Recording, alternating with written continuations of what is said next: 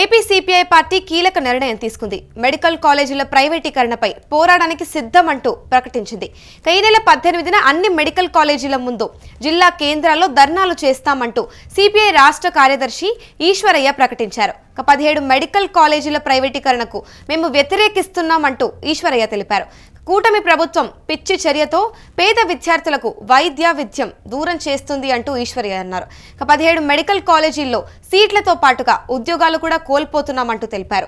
ఇప్పటికే మెడికల్ కాలేజీల ప్రైవేటీకరణపై వైసీపీ పోరాటం చేస్తున్న విషయం తెలిసిందే. ఎర్ర జెండాలు కదలడంతో పోరాటం అయితే ఉధృతంగా మారింది. గతంలో కూడా చూసుకుంటే వైసీపీ మెడికల్ కాలేజీల ప్రైవేటీకరణకు కంప్లీట్ గా వ్యతిరేకంగా ఉంది అన్న విషయం తెలిసింది. దీనిపైన కొన్ని సంతకాలను కూడా సేకరించింది. అన్ని జిల్లాలలో కూడా కేంద్రాల నుంచి తాడేపల్లి వైసీపీ కార్యాలయానికి తరలించే కార్యక్రమాన్ని కూడా నిర్వహించారు. సేకరించిన సంతకాలను కూడా రాష్ట్ర గవర్నర్కు అందించేందుకు ఉద్యమాన్ని కూడా నిర్వహించినట్టు తెలుస్తా ఉంది. ప్రస్తుతం అయితే 17 మెడికల్ కాలేజీల్లో సీట్లతో పాటుగా ఉద్యోగాలు కూడా కోల్పోతున్నామంటూ ఈశ్వరయ్య తెలుపుతున్నారు. ఇప్పటికే మెడికల్ కాలేజీల ప్రైవేటీకరణపై అయితే కంప్లీట్ గా వైసీపీ పోరాటం చేస్తూ ఉంది. ప్రస్తుతం అయితే ఎర్ర జెండాలు కదలడంతో పోరాటం ఉధృతంగా మారిందని చెప్పాలి.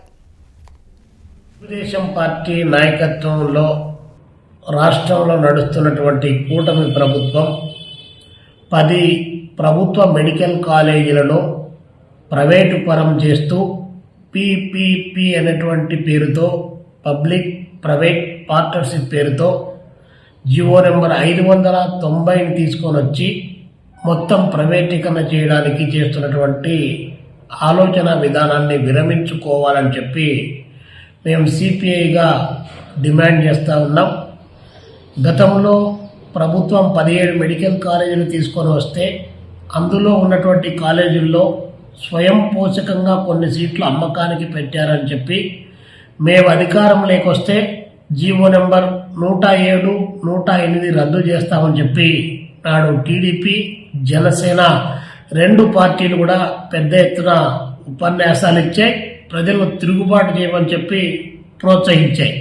కానీ అధికారంలోకి తీరా వచ్చిన తర్వాత ఈ ప్రభుత్వ రంగంలో మెడికల్ కాలేజీలో నడిస్తే ప్రభుత్వం పైన భారం పడతా ఉందనేటువంటి ఉద్దేశంతో వచ్చినటువంటి ప్రభుత్వ మెడికల్ కాలేజీలన్నిటిని కూడా మేము నిర్వహించలేమని చెప్పేసి రాష్ట్ర ప్రభుత్వం తెలుగుదేశం పార్టీ నాయకత్వాన చేతులెత్తేసి దీన్ని వైద్య విద్యను అమ్మకానికి పెట్టడానికి లైసెన్సులు మంజూరు చేస్తా ఉన్నట్లు ఈరోజు ప్రకటించింది.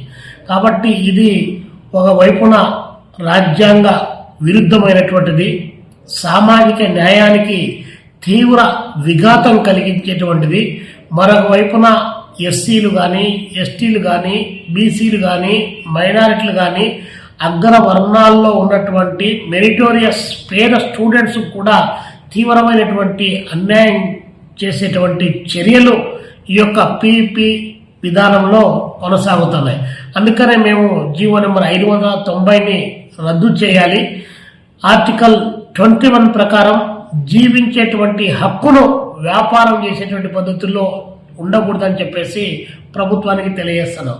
అయినా చంద్రబాబు నాయుడు గారు ఈరోజు 60 సంవత్సరాలకు మెడికల్ కాలేజీలను లీజుకి ఇవ్వడం, ఆ లీజుకి ఇచ్చిన తర్వాత ప్రజలకు వైద్యం ఉచితంగా అందుతుంది అని చెప్పేసి ప్రకటించడం అంటే ఇది మసిపూసి మారేడుకాయ చేయడానికి కావాల్సిన ప్రయత్నమే తప్ప ఒక్కసారి ప్రైవేట్ రంగం లేకపోయిన తర్వాత, ప్రైవేట్ ఆధీనం లేకపోయిన తర్వాత ఏ ఒక్క కాలేజీల్లో కూడా వైద్యం ఫ్రీగా అందుతుందనేటువంటిది కానీ, ఆ బోధన ఆసుపత్రుల్లో వైద్యం ఉచితంగా ఇస్తారనేది కానీ ఇది దుర్లభం, ఇప్పటి వరకు సాధ్యం కానటువంటి అంశం.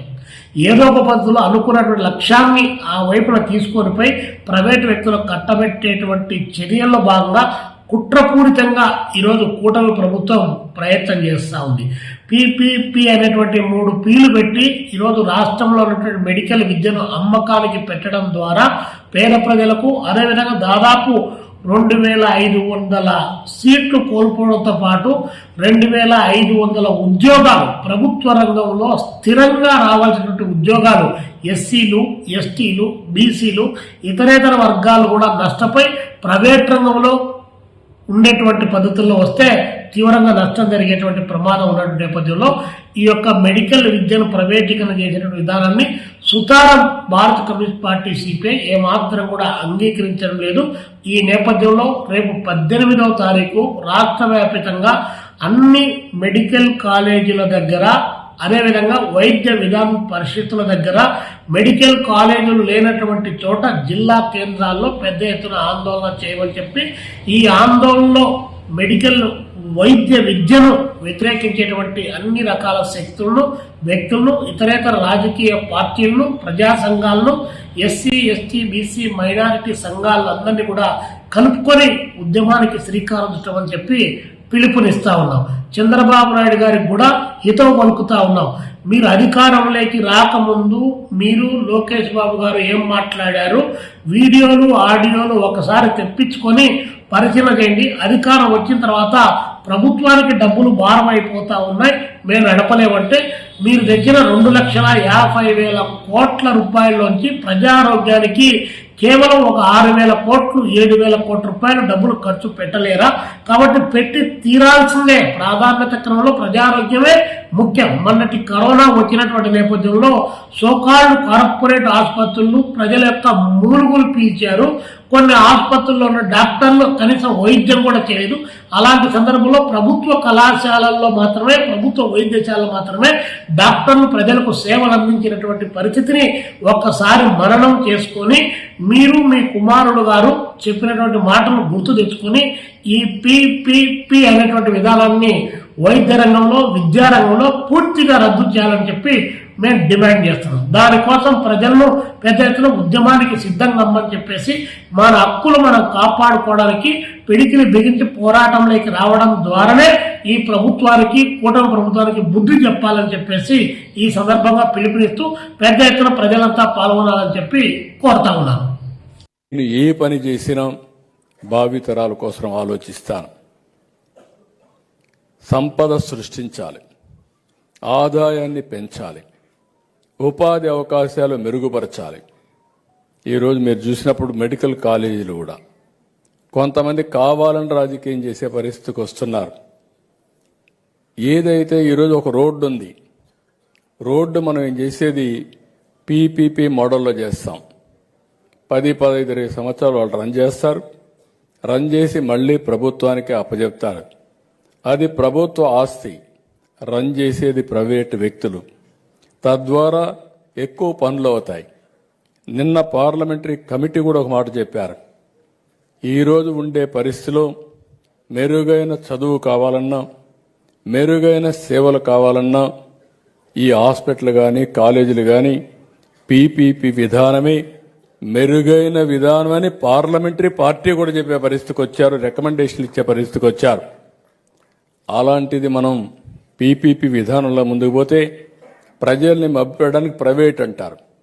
రేపు మీరు గుర్తుపెట్టుకోండి, ఎక్కడ దీని కింద ఇచ్చినా కూడా ప్రభుత్వ పాఠశాల పలాని టౌన్ అని పేరుంటుంది తప్ప ఎక్కడ మెయింటైన్ చేసే వాళ్ళకి చిన్న బొమ్మ వేసుకుంటారు. దాని మీద యజమాన్యం, దాని మీద పెత్తనం పూర్తిగా ప్రభుత్వానికే ఉంటుందని మరొకసారి ప్రజలందరికీ విజ్ఞప్తి చేస్తున్నా. ఇలాంటివి వచ్చినప్పుడు ఈరోజు మీరు రోడ్లు తిరుగుతూ ఉంటారు. ఒకప్పుడు మన రోడ్లన్నీ అధ్వానంగా ఉండేటివి. ఇప్పుడు పీపీపీ విధానం వచ్చిన తర్వాత one of the best roads వచ్చాయి, ఎయిర్పోర్ట్లు వచ్చాయి. ఇలాంటి ఒకటి కాదు, అనేక వ్యవస్థల్లో మనం ముందుకు పోయే పరిస్థితికి వచ్చాం. సంపద సృష్టించడానికి ఏకైక విధానం పీపీపీ. దీనిపైన ఇంకొక పక్కన నేను ఆలోచించింది, వీటి వల్ల ఆదాయం పెరుగుతుంది, సంపద వస్తుంది, అదే సమయంలో ఆర్థిక వ్యత్యాసాలు పెరిగిపోతాయి. కాబట్టి P4 తీసుకొచ్చాం, పబ్లిక్ ప్రైవేట్ పీపుల్స్ పార్ట్నర్షిప్ అని. కింద నుండే కుటుంబాల్ని పైకి తేవడానికి ప్రత్యేక శ్రద్ధ, ప్రత్యేక కార్యక్రమాన్ని ఒక పద్ధతి ప్రకారం తీసుకొచ్చిన ప్రభుత్వం ఎన్డీఏ ప్రభుత్వం అని చెప్పి కూడా నేను మీకు తెలియజేసుకుంటున్నా.